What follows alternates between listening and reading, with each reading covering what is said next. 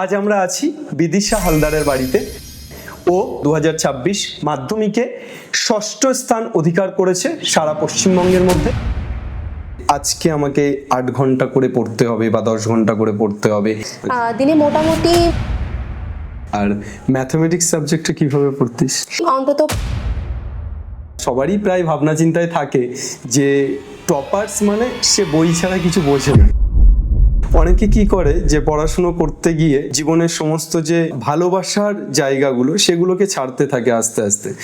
না, কখনোই নয়। কারণ হচ্ছে যে গান পারে বা কবিতা পারে এটার প্রমাণ তো ছাত্রছাত্রীরা জানতে চাইবে যে দিদি তো এখন র্যাঙ্ক করেছে বলে এসব বলছে, আদৌ কি পারে?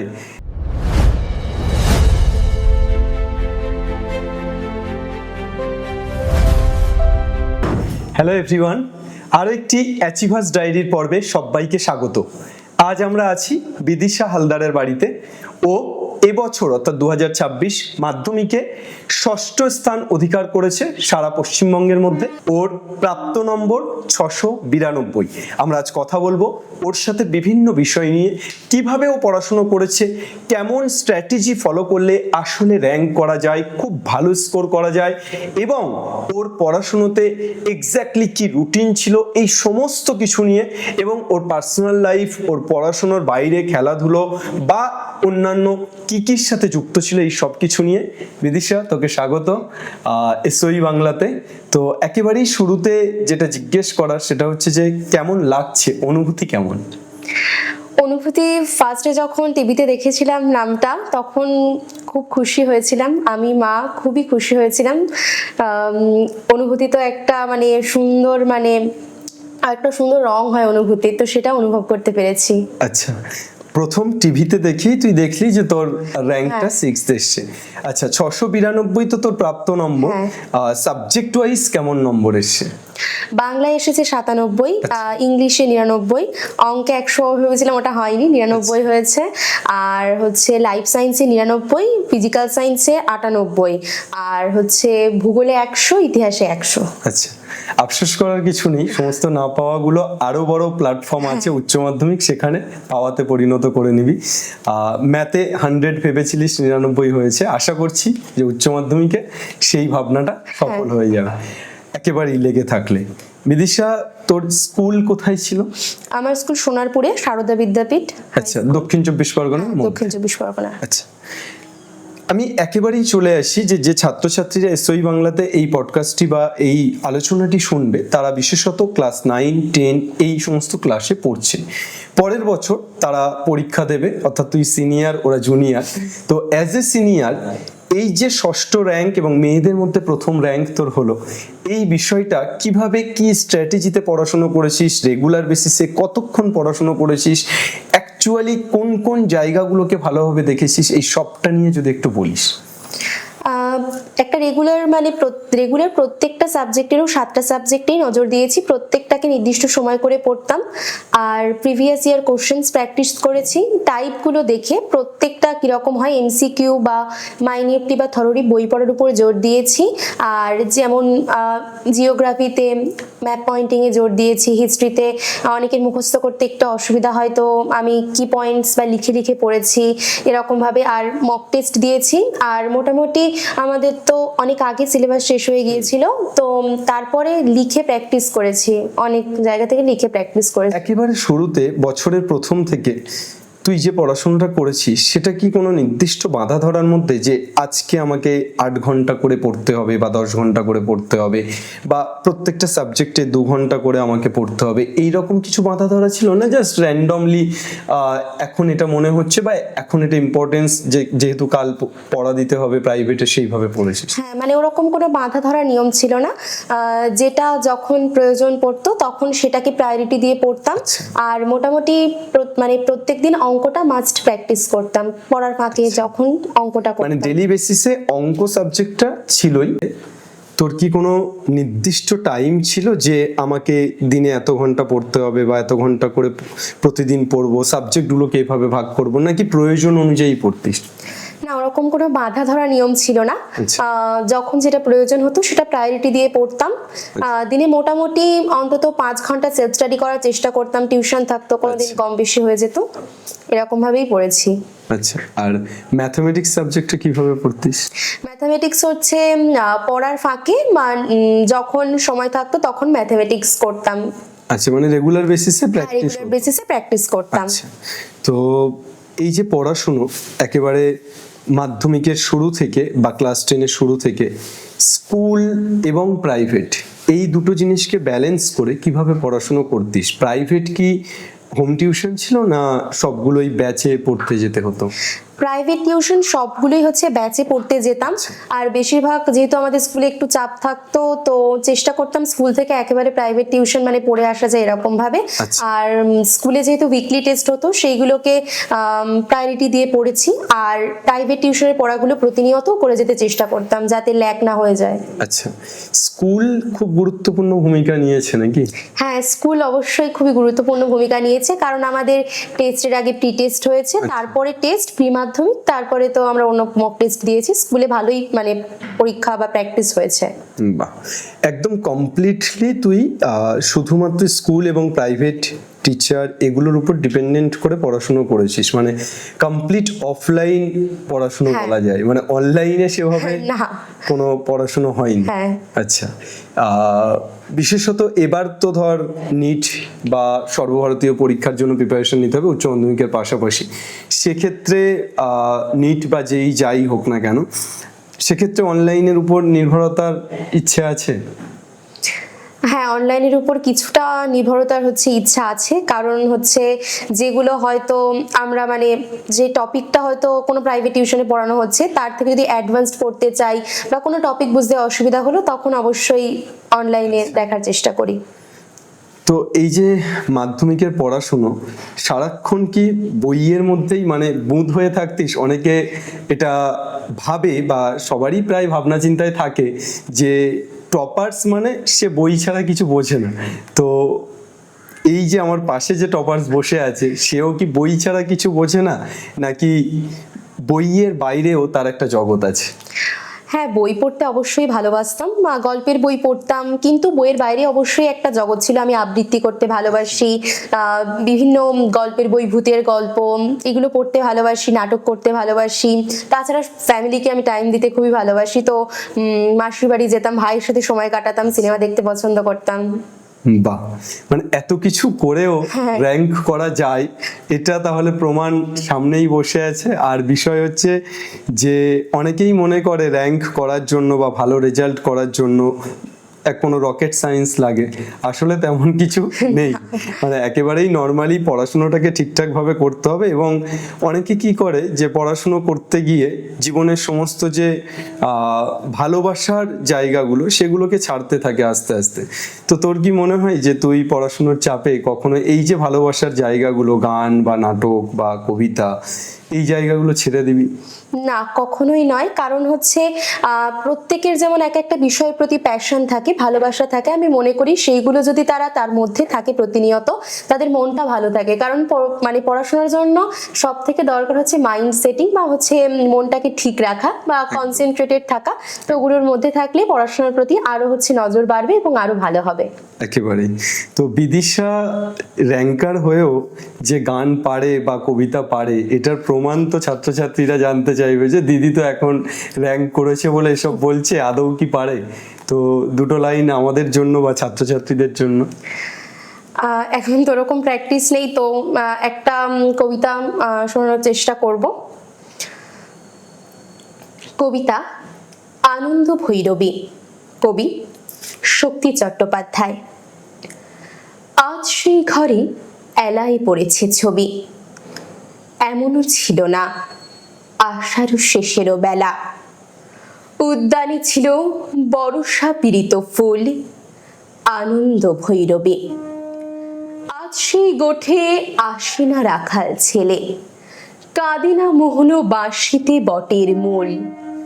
এখনো বর্ষা কোদালে মেঘের ফাঁকে বিদ্যুৎ রেখা মেলে। সে কি জানিত না এমনই দুঃসময় লাফ মেরে ধরে মোরগের লাল ঝুঁটি?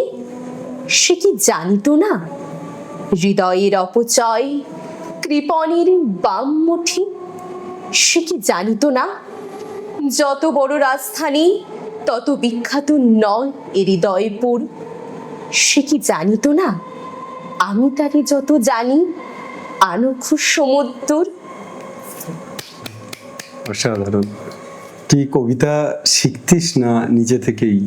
না, কবিতা ছোটবেলায় শিখতাম, তারপরে নিজে থেকেই ভালো লাগার পরে নিজে থেকেই মানে করতাম, ওরকম ভাবে মানে কারোর কাছে ওরকম ভাবে শেখা হয়নি। দারুণ। এই তোর যে ভার্সেটাইল ক্যারেক্টার, অর্থাৎ এই যে পড়াশুনোতে এত ভালো রেজাল্ট, তারপর এত দারুণ কবিতা বলতে পারিস, এইগুলো শোনার পর আবার ছাত্রছাত্রীরা বলবে তুই হয়তো গড গিফটেড। ঠিক আছে, তো আমার যেটা মনে হয় যে সবকিছুই অভ্যাস, মানুষ চেষ্টা করলে অভ্যাসের দ্বারা সবকিছুই আয়ত্তে নিতে পারে। তো আমরা এরপর যাই, একটু বড় হই, মাধ্যমিক তো হয়ে গেছে, তো মাধ্যমিকটা ছাড়িয়ে এবার উচ্চ মাধ্যমিকের দিকে যদি যাই, সায়েন্স নিয়ে পড়াশোনা শুরু করে দিয়েছিস মায়ের হ্যাঁ। কাছে শুনলাম, এবং স্কুলও অলরেডি ক্লাস শুরু হয়ে গেছে, প্রাইভেট গুলোও চলছে। হ্যাঁ, কেমন লাগছে? ভালো লাগছে। সায়েন্স পড়তে ভালোবাসতাম, বায়োলজি পড়তে খুবই ভালোবাসি, যেহেতু নিট দেবো, তো সায়েন্স পড়তে খুবই ভালো লাগছে। বাহ, কোন সাবজেক্টটা এখনো পর্যন্ত সায়েন্সের মধ্যে ভালো লাগছে? বায়োলজি পড়তেই সব থেকে ভালো লাগে, আমার জুলজি পার্টটা খুব ভালো লাগে। বাহ, আমাদের এসওই বাংলাতে বায়োলজির যে টিচাররা আছে তারাও খুব সুন্দর পড়ায়, তুই দেখতে পারিস 11-12 এর ক্ষেত্রে। অবশ্যই দেখবো। আর নেক্সট যেটা বলার সেটা হচ্ছে যে এই সায়েন্স নিয়ে তুই পড়ছিস এবং বায়োলজি ভালো লাগে, এইগুলো থেকেই মোটামুটি বোঝা যাচ্ছে, আমি যেটা গেস করছি সেটা হচ্ছে যে নিটের দিকেই যাওয়ার ইচ্ছা আছে। তো ডাক্তার কেন হতে চাস? আমার হচ্ছে মামার বাড়ি গ্রামের দিকে, তো ওখানে হাসপাতাল অনেক দূরে, তো সেই জন্যই একটা ইচ্ছা আছে যে এরকম কিছু প্রবলেম সলভ করার চেষ্টা করব। তাছাড়া বাবাও ডাক্তার, সেরকম ফ্যামিলিতে আছেন অনেকে এরকম ডাক্তার, তো আমি সেই রকম থেকেই হচ্ছে ডাক্তার হতে চাই এবং মানুষের সেবা করতে চাই, ভালো মানুষ হতে চাই একজন সবার আগে। একেবারেই। তুই যেহেতু গান শুনিস বললি এবং ডাক্তার পেশাটা তোর ভালো লাগে, নিশ্চয়ই নচিকেতার একটা ডাক্তার নিয়ে গান আছে, ওটা শুনেছিস? হ্যাঁ। শোনার পর মনে হয়েছে কিছু অনুভূতি যে না আমি তো এমন ডাক্তার হতে চাই না, নচিকেতা কেন এই রকম গান লিখলো? হ্যাঁ শুনেছি, কিন্তু গান তো সে উনি একটা নিজের প্রেক্ষিতে লিখেছেন। হ্যাঁ, সেই রকম ভাবে আমি নিজের প্রেক্ষিতে অন্যরকম ভাবে করার চেষ্টা করব অবশ্যই। একদম।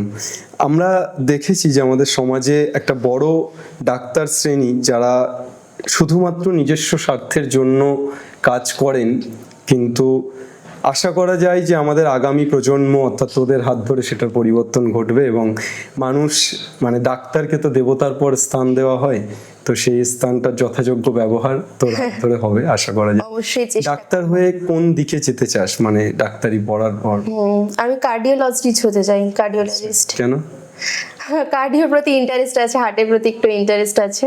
বাহ, মানে হৃৎপিণ্ড খুলে দেখতে চাস।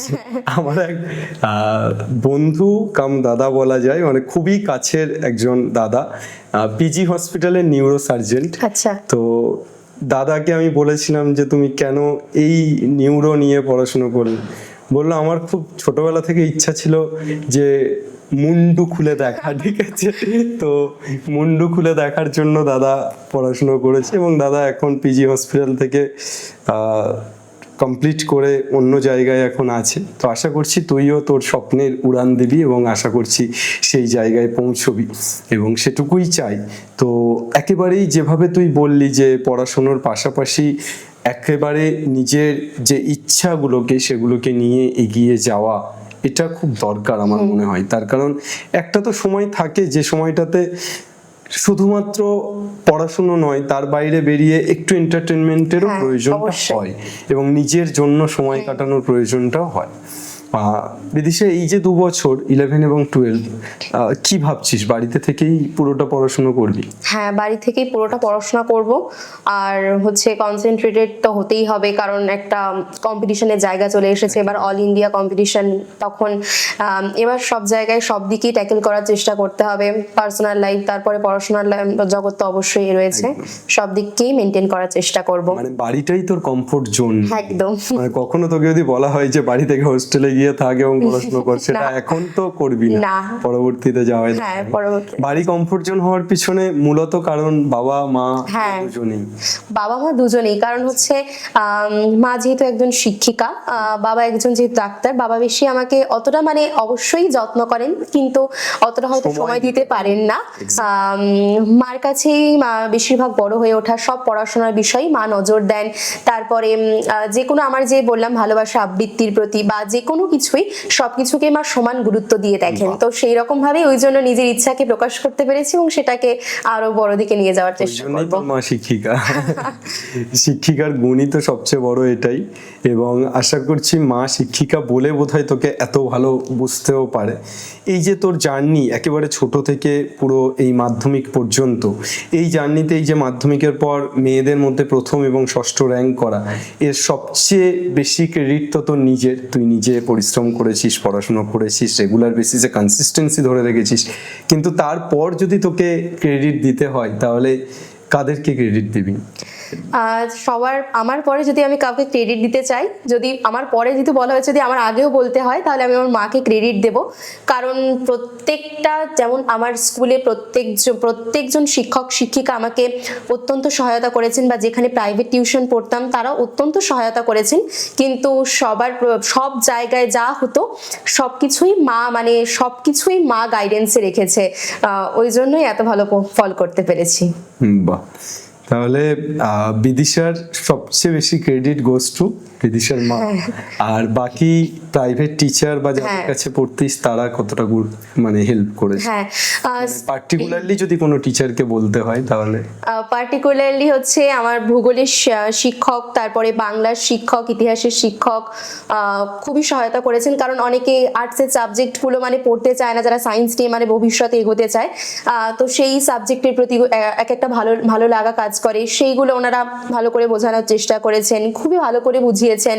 তারপরে স্কুলেরও প্রত্যেক শিক্ষক শিক্ষিকা, অঙ্ক, ইংলিশ, যে কোনো শিক্ষক শিক্ষিকা সবাই খুবই সহায়তা করেছেন। একেবারে। তো সমস্ত ক্রেডিট সমস্ত শিক্ষক শিক্ষিকার একদম। জন্য, যারা তোকে একেবারে ছোট থেকে বড় করার জন্য একটু হলেও তাদের অবদান আছে, তাদের প্রত্যেকের প্রতিই তোর এটা থাকা উচিত। একেবারেই তাই। তো সেই জায়গা থেকে বিদিশা, একটা জিনিস হয় যে যারা নিট বা ডাক্তারির দিকে যায় তারা একটু বায়োলজি বা এই ধরনের সাবজেক্টগুলো ঘেঁষা হয় এবং সেক্ষেত্রে ম্যাথ একটু ইগনোর হয়ে যায়। তো তুই শুরুতেই বললি যে ম্যাথে 99 পেয়েছিস, এবং আমি বললাম তোকে যে উচ্চ মাধ্যমিকে 100 হয়ে যাবে, তো তুই বললি, সহমত পোষণ করলি। তো তোর ইচ্ছে আছে যে এই 2 বছরে এই সাবজেক্টগুলোর পাশাপাশি ম্যাথামেটিক্সটা নিয়েও সমানভাবে পরিশ্রম করবি? হ্যাঁ, যেহেতু আমার ম্যাথমেটিক্স সাবজেক্টটা খুবই পছন্দের, তাই আমি চেষ্টা করব ম্যাথমেটিক্সটাকেও সমান গুরুত্ব দিয়ে দেখার। আমার কাছে প্রত্যেকটা সাবজেক্টই সমানই গুরুত্বেরই হবে। একেবারেই। তো বিদিশা, একটু একেবারেই পড়াশোনার বাইরে অন্যদিকে যদি আসি, সমস্ত ছাত্রছাত্রী যারা খুব ভালো পড়াশুনো করে তাদের বেশিরভাগ ক্ষেত্রেই দেখা যায় যে তাদের সামাজিক জ্ঞান খুব কম হয়। এটা বলে, মানে অনেকে বলে, এবং এটার হয়তো প্রমাণও আছে যে সমাজের খোঁজখবর এরা খুব বেশি রাখে না, এরা নিজেকে নিয়ে থাকে। তো বিদিশার ক্ষেত্রে কি সেটাই, না বিদিশা ব্যতিক্রম যে সমাজের সবকিছু খোঁজখবর রাখে? সমাজ, রাজনীতি, পারিপার্শ্বিক পরিবেশ, এই সব কিছু? হ্যাঁ, অবশ্যই। যেহেতু মানে আমি একটা মফস্বল এলাকায় বড় হয়েছি, তো ছোটবেলা থেকে অবশ্যই খুবই সামাজিক, কারণ আমি খেলতেও খুব পছন্দ করতাম। তো হ্যাঁ, অবশ্যই সবার সাথে খেলাধুলা তো করেছি। তাছাড়া আমাদের হচ্ছে স্কাউট গাইড বলে একটা ছিল, ভারত স্কাউট অ্যান্ড গাইড, সেখানে আমরা অনেক সামাজিক কাজ, যেমন এনজিওর সঙ্গেও যুক্ত ছিলাম। তো সব রকম সামাজিক কাজে ছিলাম। এছাড়া সব রকম খবরের কাগজ পড়া থেকে শুরু করে সব দিকেই নজর রাখি। বাহ, এই দায়িত্ব বা এই দায়বদ্ধতা আসলে থাকাটা খুব জরুরি একজন মানুষ হিসাবে, অবশ্যই একজন শিক্ষার্থী হিসাবে, তার পাশাপাশি একজন মানুষ হিসাবে। বিদিশা উচ্চ মাধ্যমিক হয়ে যাবে, তারপর মেডিকেল কলেজে যাবি, যে স্বপ্ন সেই স্বপ্নের দিকে এগোবি। অবশ্যই আমার শুভকামনা থাকছে তোর জন্য, আর এগিয়ে চল এভাবেই। আমার মনে হয় তুই এবার অনলাইন অফলাইন সমস্ত রকম ভাবেই নিজেকে তৈরি করবি, এবং সেটাই প্রয়োজন। কেননা এই সময়ে দাঁড়িয়ে অফলাইনটা তো আমাদের একটা খুব কমফোর্ট জোন। আমরা টিচারের সামনে বসে পড়লে সেক্ষেত্রে একেবারে চোখের যে কথাবার্তা, সেটা খুব কথোপকথনটা জরুরি, কিন্তু তার পাশাপাশি অনলাইনও যেহেতু এই মুহূর্তে দাঁড়িয়ে সারা ভারতবর্ষের টপ টিচাররা অনলাইনে পড়াচ্ছেন, সেক্ষেত্রে আমার মনে হয় অনলাইনটাও অ্যাডপ্ট করা কিছু কিছু ক্ষেত্রে দরকার। বিদিশা, ছেলে মেয়েদের যেটা হয় সেটা হচ্ছে যে একটা সময় পর ফোন হাতে আসলে ডিস্ট্রাকশন তৈরি হয়। হোয়াটসঅ্যাপে বন্ধুদের মেসেজ, ফেসবুক, ইনস্টাগ্রাম বা অন্যান্য সোশ্যাল মিডিয়াতে তারা যুক্ত হয়ে পড়ে এবং কখন সময় কেটে যায় তারা বুঝতে পারে না। তো তোর পড়াশুনোর ক্ষেত্রে তুই কি একেবারে ফোন বিমুখ, মানে ফোন হাতে আসেনি, নাকি ফোন এসছে কিন্তু সেটাকে সঠিকভাবে ইউটিলাইজ করেছিস? না, একদমই মানে সম্পূর্ণরূপে ফোন বিমুখ এরকম নয়। ফোনটাকে যখন প্রয়োজন পড়েছে অবশ্যই তার সঠিক ইউটিলাইজ করেছি। সেক্ষেত্রে প্যারেন্টস গাইডেন্স ছিল, মা সবসময় নজর রেখেছেন। বিভিন্ন গুগলে বা যেগুলো পড়াশোনার বিষয় ছিল সেগুলো ফোনের মাধ্যমে করেছি। আর এছাড়া একটা রিদিমিক প্র্যাকটিস ছিল ছোটবেলা থেকেই যে যখন ফোনটা লাগবে তখনই ফোনটা নেব, তাছাড়া ফোনটা একটু দূরেই রাখতাম। আর মোটামুটি একটা বইয়ের মধ্যে অভ্যাসে ছিলাম, বিভিন্ন গল্পের বই বা অন্যান্য যে আমার কালচারাল অ্যাক্টিভিটিস তার মধ্যে ছিলাম, সেহেতু ফোনটাকে অ্যাভয়েড করতে পেরেছি। বাহ। আচ্ছা, এই জেনারেশন যারা ফোন অ্যাভয়েড করতে পারছে না, যারা ধর পড়তে বসছে কিন্তু তারপর ফোন ঘাঁটতে গিয়ে অনেকটা সময় কিভাবে চলে যাচ্ছে তারা বুঝতে পারছে না, এই তোর যারা জুনিয়র পড়াশোনা করছে তাদের জন্য তুই কি বলবি যে ফোনটাকে কিভাবে ইউজ করা উচিত? আমি বলবো যে এখন তো যেহেতু মানে অনলাইন ভিত্তিক অনেকে পড়াশোনা করে যারা প্রত্যন্ত গ্রাম বা যেখানে মানে তারা যথাযথ সুযোগ সুবিধা পায় না, তো আমি বলবো যে ফোনটাকে মানে যদি ইউটিলাইজ করতে হয় তো সময় মেনে ইউটিলাইজ করতে। কারণ একটা নির্দিষ্ট সময় পর যদি আমরা কোনো নির্দিষ্ট কাজের জন্য ফোনটা ইউটিলাইজ করি তারপরে অন্য কাজে চলে যাই, তো সেই রকম না করে যে কাজটা করছি সেইটার প্রতি শুধুমাত্র নজর দিয়ে যদি ফোনটা ইউজ করি তাহলে আমার মনে হয় সুবিধা হবে। একেবারেই। তো একেবারে লাস্ট মেসেজ তুই যদি ছাত্রছাত্রীদের উদ্দেশ্যে, মানে বিশেষত যারা 9-10 পড়ছে, তোর জুনিয়র, তাদের উদ্দেশ্যে দিতে চাস যে অনেকটা কথা হলো এই আলোচনা থেকে ওরা অনেকটা শিখতে পারবে যে কি স্ট্র্যাটেজিতে তুই পড়াশুনো করেছিস, কোন স্ট্র্যাটেজিতে পড়াশুনো করা দরকার, এবং পড়াশুনোর পাশাপাশি জীবনের বাকি ইচ্ছেগুলো বা বাকি ভালোবাসাগুলো কিভাবে একসাথে টেনে নিয়ে যাওয়া যায়, তো এই সব কিছু তোরা জানতে পারবেই। তো পাশাপাশি তুই ওদেরকে যদি কিছু অ্যাজ এ দিদি হিসেবে অ্যাডভাইস করতে চাস বা অ্যাজ এ বন্ধু হিসেবে গাইড করতে চাস তাহলে কি বলবি? আমি বলবো যে পড়াশোনা তো অবশ্যই করতে হবে। ওই ক্যামেরার দিকে তাকিয়ে তুই বল। হ্যাঁ, পড়াশোনা তো অবশ্যই করতে হবে। আর যদি ভালো রেজাল্ট করতে হয় তাহলে একটু বইয়ের প্রতি বা বইটা যদি থরলি বা মাইনিউটলি পড়া যায় তাহলে আমি মনে করি যে অবশ্যই ভালো রেজাল্ট হবে। আর একদম পড়াশোনা করতে যে পুরো মানে সম্পূর্ণ শুধু বই পড়বো আর কিছু করব না, যে খেলাধুলা বাদ, নিজের ভালো লাগাগুলো বাদ, সেরকম নয়। অবশ্যই সেগুলোর প্রতিও নজর রাখতে হবে। এবং ফোনের প্রতি যেটা হচ্ছে সবাই এখন যেটা সব থেকে বড় সমস্যা, তো সেটাকে দূরে রাখার চেষ্টা করতে হবে। তাহলেই আমি মনে করি যে সবাই পারবে। এরকম কিছু নয় যে এরা পেরেছে আমরা পারবো না, সেরকম নয়, সবাই পারবে। নিজের মস্তিষ্ককে ঠান্ডা রেখে যদি আমরা লক্ষ্যের দিকে এগিয়ে যেতে পারি তাহলে আমরা সাফল্য অবশ্যই পাবো। একেবারেই তাই। বিদিশা যেটা বললো তোদেরকে একটু বলি, সেটা হচ্ছে যে বিদিশা একেবারেই কোনো রকেট সায়েন্স অবলম্বন করে আজকে এই জায়গায় বসে নেই। শুধুমাত্র কনসিস্টেন্সি, হাল না ছাড়া, ডেডিকেশন। হ্যাঁ, মক টেস্ট হবে, মক টেস্টে কম নাম্বার আসবে, কিন্তু তারপরও লেগে থাকা, এই বিষয়গুলোর উপর ভিত্তি করেই ও এখানে বসে আছে। আর আমরা যেটা ভাবি, আমাদের মধ্যে যেটা ভ্রান্ত ধারণা যে আসলে যারা র্যাঙ্ক করে তারা মঙ্গল গ্রহ থেকে আসে, তেমনটা নয়। তারা এই পৃথিবীতেই আছে, তোদের জেলায় আছে, তোদের ব্লকে আছে, তোদের বাড়ির পাশে আছে, এবং অবশ্যই সেটা আগামীর তুইও হতে পারিস। তাই তোদের প্রত্যেককে বলবো যে বিদিশা দিদির যে কথাগুলো বিদিশা বললো সেই কথাগুলো তোরা মেনে চলবি, এবং প্রত্যেকে তোরা একেবারে কনসিস্টেন্টলি নিজেদের জায়গাতে ফোকাস করবি, এবং আগামীতে তোরাও বিদিশার মতো এরকম রেজাল্ট নিশ্চয়ই আনতে পারবি। চেষ্টা করলে অবশ্যই পারবি। বিদিশা, তোরও আগামী অনেক অনেক অনেক সফল হোক। অনেক শুভকামনা এসওই বাংলার তরফ থেকে, আমার তরফ থেকে। আমরা চাইবো যে আগামীতে অনেক দূর তুই এগিয়ে যা। যদি ন্যূনতম কিছু হেল্প করতে পারি, পাশে থাকতে পারি, সেই চেষ্টা জারি থাকবে। একেবারেই হাল ছাড়িস না, হাল ছেড়ো না বন্ধু, বরং কণ্ঠ ছাড়ো জোরে। ঠিক আছে, থ্যাংক ইউ। হ্যাঁ, থ্যাংক ইউ। হ্যাঁ, নমস্কার। আমি বিদিশা হালদারের মা বলছি। ও মাধ্যমিক এবার 6ষ্ঠ হয়েছে। প্রথম যখন টিভিতে দেখি মোটামুটি ভালোই লেগেছিল, তারপর যখন নম্বরটা নিয়ে মার্কসটা দেখলাম, দেখার পরে তো একটু আফসোস হলো যে কিছু কিছু সাবজেক্টে আরেকটু বেশি হতো, আরেকটু ভালো র্যাঙ্ক হতো। তো আমরা এখান থেকেই লড়াই শুরু করেছি, যেহেতু ওর জীবনের প্রথম পরীক্ষা। সবাইকে বলবো আশীর্বাদ করবেন, ও আর একটু এগিয়ে চলুক। সব বিষয়েই ও পারদর্শী। সব থেকে ওর আমার যেটা ভালো লাগে, ও খুব ভালো মানুষ, যেটা এখন আমি খুব কমই দেখতে পাই। কিছু কিছু ঘটনাও আছে, ছোট ছোট ঘটনা। ধরুন একদিন অটো ভাড়া, আমাকে ফোন করলো, মা অটো ভাড়া নেই, আমি সোনারপুরে বসে আছি, বাড়িতে আসতে পারছি না। তো আমি বললাম, কেন, তোমাকে তো অটো ভাড়া দেওয়া হলো? তো বললো, মা একজন খেতে চাইছিল, আমি টাকাটা দিয়ে দিয়েছি। তো এইভাবে অনেক ছোট ছোট ঘটনা। তারপর কি করে বন্ধুদের সঙ্গে বন্ধুদেরকে ভালোভাবে ভালো সেভ করে রাখা, তারপর সবার বিপদে ঝাঁপিয়ে পড়া, সবার সঙ্গে সমানভাবে চলাফেরা করা, বড়দের শ্রদ্ধা করা, একটা সামাজিক মানুষ যেটা বলে সর্বাঙ্গীনভাবে সেটা। আর আমি এখানে ওকে একটাই মার্কস দেব, ও ভালো মানুষ হয়ে উঠুক, দেশের কাজে লাগুক। ধন্যবাদ সবাইকে।